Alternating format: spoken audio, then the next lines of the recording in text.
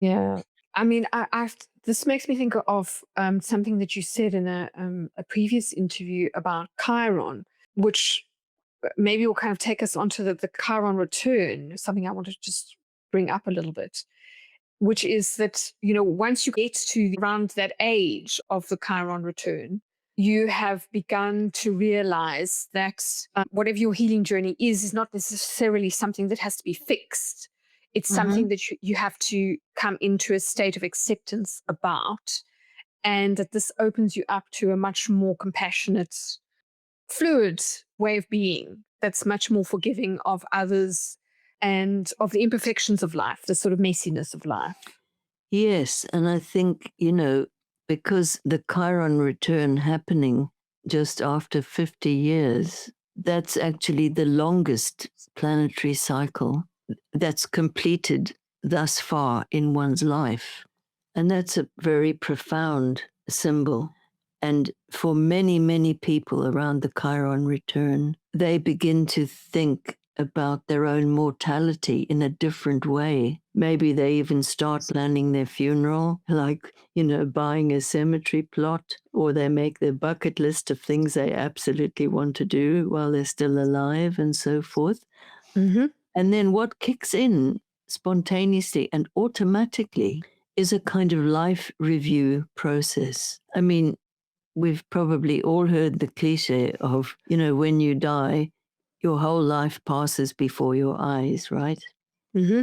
And in my personal experience and my observation of others, is that round the Chiron return is a prime time where that process kickstarts naturally, and you find yourself reviewing the life that you have lived.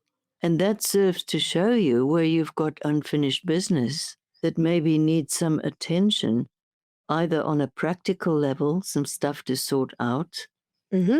or on an emotional level, and that might require intervention from a therapist or work with a mentor or a healer or something suitably chironic, let's say. Yes.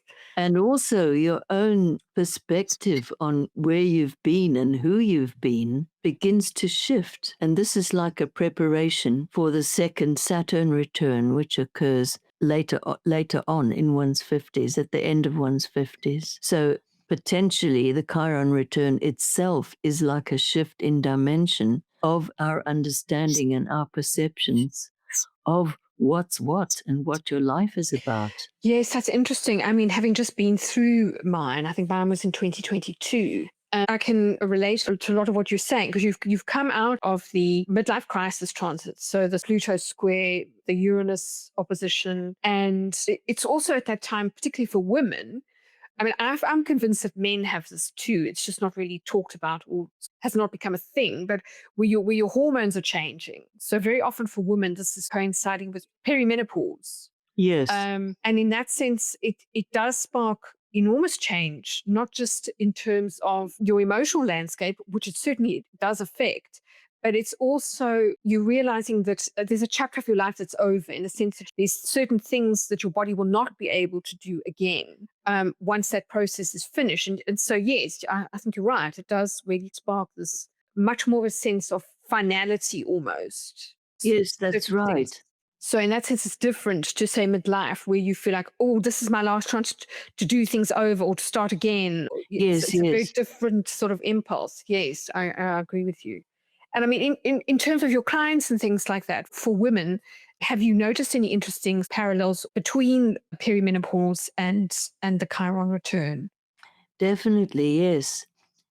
Although there's a wide range of different ages at which the menopause can occur, Yes, yes. and it can occur very early, with certain medical conditions and so forth, but nevertheless, seems to me from observation that a kind of an average is somewhere around the Chiron return. And what I've noticed is that if somebody, for example, has had a very early menopause for medical reasons, when they get to the Chiron return, what happens is that they get new levels of understanding which resonate beautifully with the Chiron process that they didn't have before because they were too young. Yes, yes. So And they're also, making more. I have an image which Mhm. I've shared with many, many women around the menopause. So it's like, as women, when we are still fertile and still able to conceive and give birth, it's as if we are either a mother or a potential mother. Yes. Up until the menopause. And then post-menopause, it's as if we become the child in the womb of the mother, which is the universe. That's a really interesting way of putting it. I hadn't considered that out because I immediately sort of thought, well, you're moving into a crone phase. Which is also true, of course. Yes. And I mean, certainly for women who are not or who've not chosen to become mothers, like myself, there is a finality to it in the sense that you now realize, well, that possibility is gone. And also my role in society is now different in the sense that I'm no longer necessarily seen as being useful in inverted commas to the patriarchy. So in that sense, it's often very liberating time.